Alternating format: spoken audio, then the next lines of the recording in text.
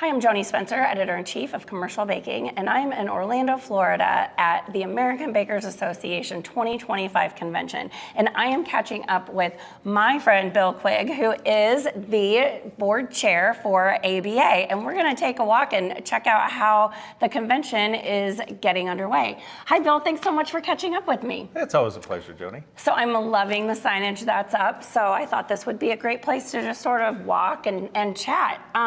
This is you're just finishing up your first year as board chair. Yes. Let's talk about some of the highlights for you.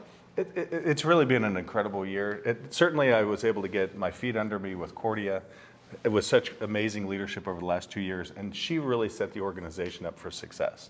And this convention, quite frankly, is one of the highlights of it because we have so many new people. We have 130 new people coming to the convention. Wow. We have over 50 bakeries represented. And it's just amazing to have all of us coming together, especially in this challenging time that we're seeing in America. Yes, it is very challenging, and I think ABA has done an incredible job with working with its members and working hard to overcome a lot of the challenges that are coming our industry's way. One thing that I think you've done really cool is this new initiative, which is the Champions for a Better Tomorrow campaign. And so there were quite a few applicants, bakeries and other companies member companies applied, who are doing good things in the industry and for the world. It's really amazing. And we've had over 25 applicant companies. Wow. So that was, for the first year of an award like this, is huge. Yes. Far exceeded our expectations. But the real core of it is, these are activities that our bakeries and our allies are doing regardless of the award. They're making the world a better place, whether that's here in the United States, whether that's globally from sustainability initiatives, or even feeding people in other countries. It's just truly amazing what our companies are doing. So tomorrow, Tuesday, you're gonna announce who the winners are. So that's gonna be very exciting.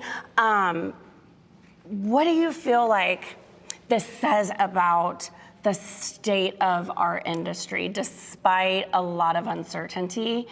What is it that baking companies are quite certain about?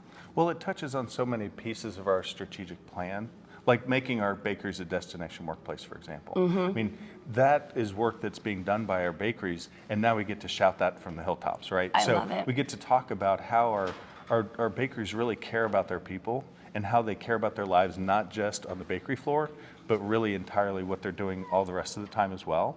And so just seeing these exciting opportunities where people are doing great things and to be able to shout that out has just been really fun. Well, and I just have to say, I think there's no better person to spearhead this initiative than you.